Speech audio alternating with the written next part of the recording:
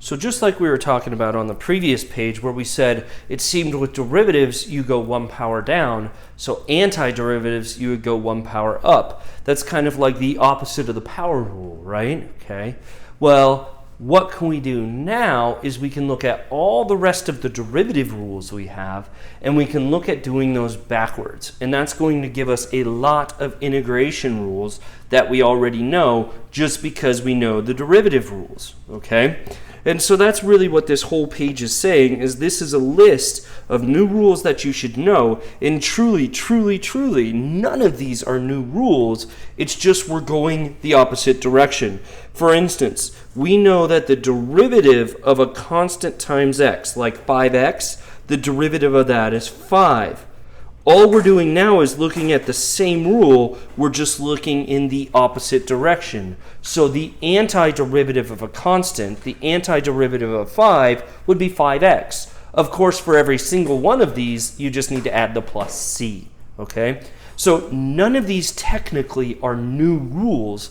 All it is looking at the same rule in the opposite direction.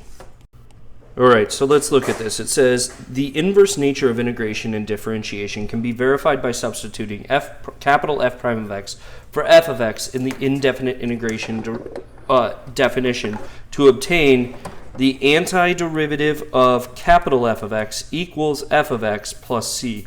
So all that's really saying is if you integrate or anti-differentiate the derivative, all you're doing is going backwards, right? So instead of going forward, you're going backwards.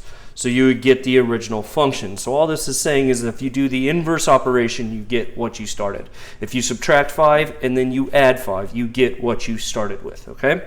It says, moreover, if the integral of f of x dx equals capital F of x plus c, then the derivative of the integral equals the original function. So all this is saying is if you integrate or anti-differentiate the derivative, you get the original function.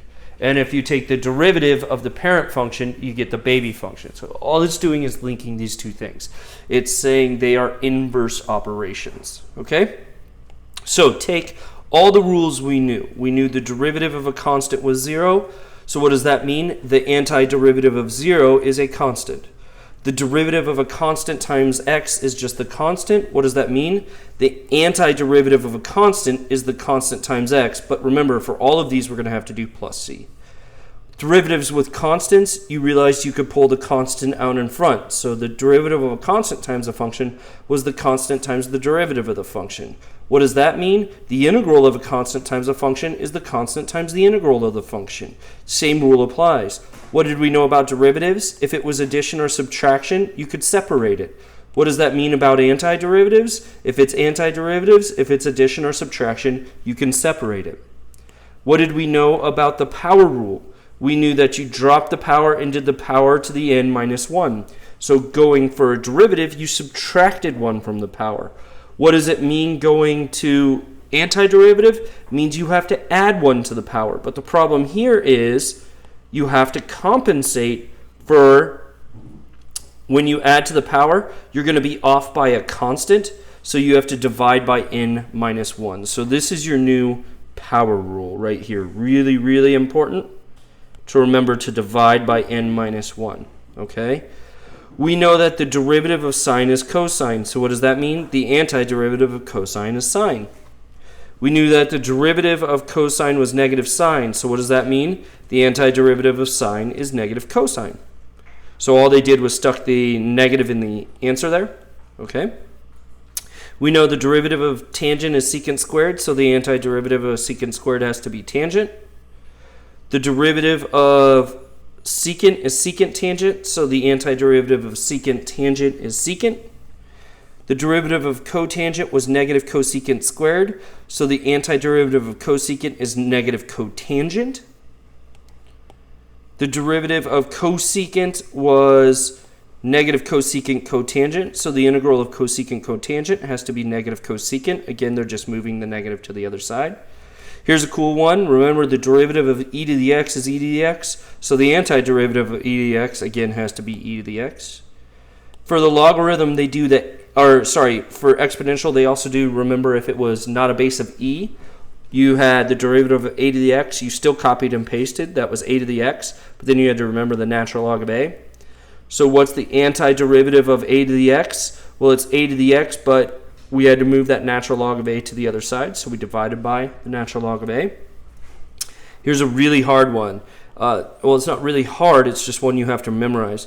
The derivative of the natural log of x was 1 over x. So the antiderivative of 1 over x is the natural log of x. But I want you to remember that we had to restrict it. Our domain was restricted. This one, x had to be 0. It had to be positive, right? So with the antiderivative, you still need it to be positive, and the way you make it positive is by putting the absolute values. So you must remember these absolute values here when you do the antiderivative of 1 over x. It's also hard to remember because a lot of people, what they like to try to do for 1 over x is use the power rule, but the power rule does not apply to 1 over x. Think about it, that'd be x to the negative 1, and so you'd have to add 1 to the power. Well, x to the negative 1, well, the negative 1 plus 1 would be 0, so that'd be x to the 0, and that doesn't work because x to the 0 is 1. The derivative of 1 is 0, so it doesn't work. The power rule does not work only when the power is negative 1. All the other times the power rule works, okay? So here's all your rules right there. Again, probably the biggest one that you need to memorize is the power rule, because that one looks a little different. You do have to divide by m plus 1. But all the rest of them, literally all we have done, like I shown in the previous one, is we've known derivative rules one direction. It's the exact same rule, just written backwards. The only difference is they're getting rid of the constants, so they've had to compensate for the negatives out in front by multiplying the answer times the negative, and then this natural log of a thing right there they've had to deal with.